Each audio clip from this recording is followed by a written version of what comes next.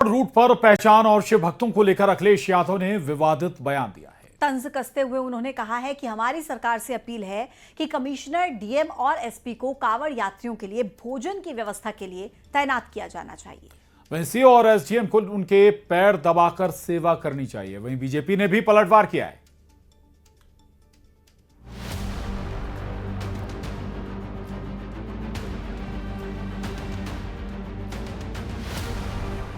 कांवड़ मार्ग में मालिकों के नेम प्लेट लगाने को लेकर अखिलेश यादव ने सरकार पर बड़ा हमला बोला।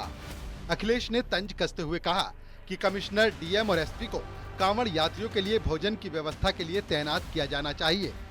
सीओ और एसडीएम को उनके पैर दबाकर सेवा करनी चाहिए।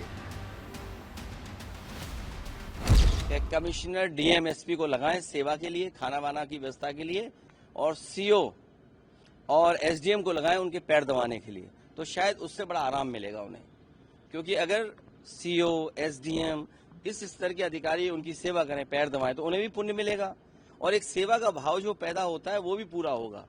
यही है हमारी वैदिक परंपरा, यही हमारा आस्था है।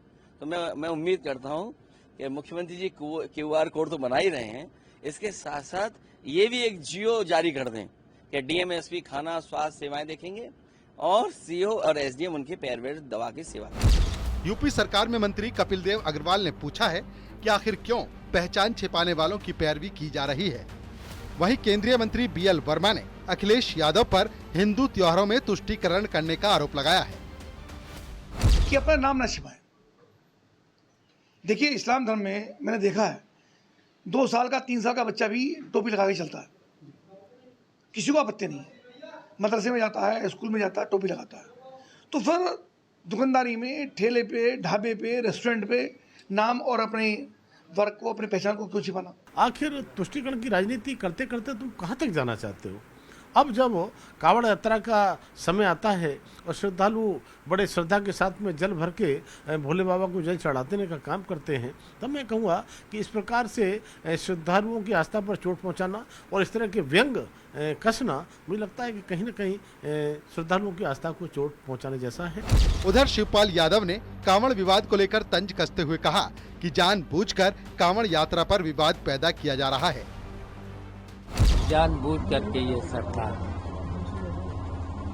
जानबूझ करके सरकार ऐसा काम कर रही है। जैसे तो स्वतंत्र है, संविधान में स्वतंत्रता दी गई है। कांवड़ यात्रा में नेम प्लेट विवाद पर कांग्रेस नेता सलमान खुर्शीद का कहना है कि मुस्लिम समुदाय के लोग देवी देवताओं के नाम पर होटल चला रहे हैं। हमें इनका सम्मान करना चाहिए, सभी धर्मों का सम्मान करना चाहिए। हम आपस में एक साथ रहे हैं, गंगा जमनी तहजीब को हम मानते हैं।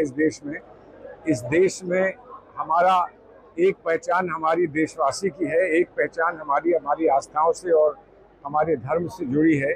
लेकिन हमारे संविधान में सभी धर्मों को एक ही स्थान दिया गया है, बराबर का स्थान दिया गया है। इसका हम सभी को सम्मान करना चाहिए। 11 जुलाई से सावन का महीना शुरू हो रहा है, लेकिन कांवड़ रूट पर नेम प्लेट लगाने और पहचान को लेकर जारी सियासी बयानबाजी थमने का नाम नहीं ले रही। Bureau report, news 18, Uttar Pradesh, Uttarakhand. अब बात करते हैं खंडवा से आई एक खबर की, जहां एक श्रद्धालु को ढाबे पर वेज खाने की मांग करना महंगा पड़ गया, क्योंकि उसे वेज के नाम पर नॉन वेज परोस दिया गया, जिसके बाद हिंदू संगठनों ने जमकर हंगामा किया। अब प्रशासन ने बड़ा फैसला लेते हुए गुरु पूर्णिमा के मौके पर खंडवा में नॉनवेज की बिक्री पर पूरी तरह से रोक लगा दी है।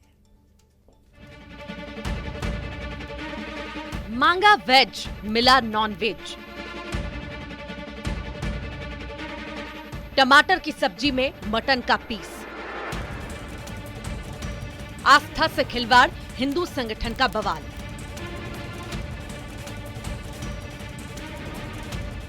देश में इन दिनों एक बड़ा बहस का मुद्दा खाने में शुद्धता को लेकर है, क्योंकि कुछ ही दिनों में सावन का महीना शुरू होने वाला है और इस बीच कांवड़ियों को साफ शुद्ध खाना मिले, इसके लिए दुकानदारों को पहचान बताने के लिए बोर्ड लगाना जरूरी होगा। लेकिन अगर पहचान बताने के बावजूद श्रद्धालुओं को खाने में वेज की जगह नॉनवेज परोसा गया तो आखिर क्या होगा? ये सवाल इसीलिए क्योंकि मध्य प्रदेश के खंडवा से ऐसा ही एक मामला सामने आया, जहां गुरु पूर्णिमा के मौके पर श्री दादाजी मंदिर निशान लेकर जा रहे थे। श्रद्धालुओं को ढाबे पर नॉनवेज परोसा गया।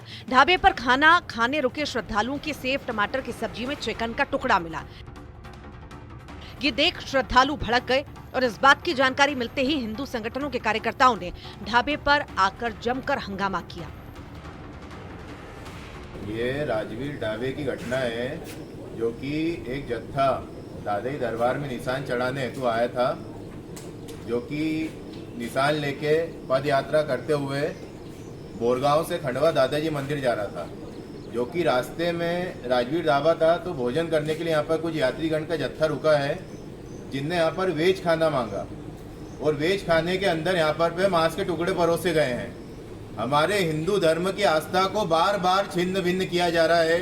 किसी न किसी प्रकार से ये विधर्मी कैसे भी षड्यंत्र इनका चलाए जा रहे हैं। तो एसडीएम साहब से ये विशेष आग्रह है कि इसे जल्द से जल्द इस पे कोई उचित कार्रवाई करें और ऐसे पापियों को दोषी करार करते हुए जल्द से जल्द अंदर डालें। बजरंग दल का कार्यकर्ता जो है वो प्रत्येक दुकान ढाबे पर जाकर ऐसे लोगों को आइडेंटिफाई करेगा और प्रशासन को बताएगा।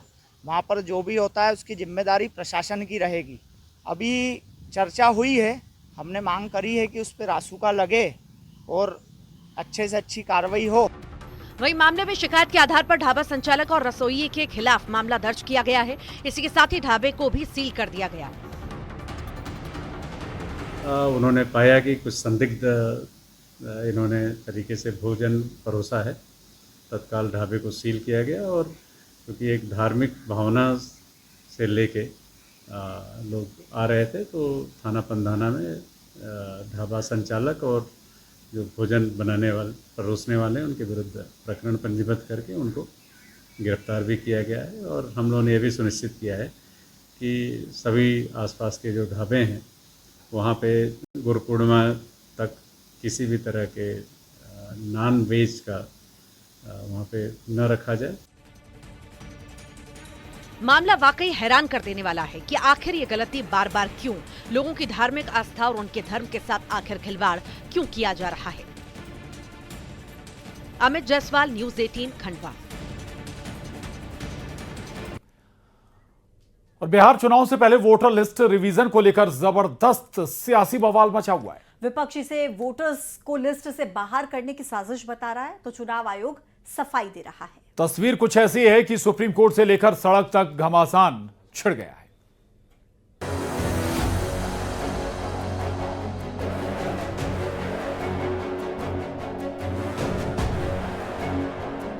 मतदाता पुनरीक्षण को लेकर बिहार में सियासी पारा हाई।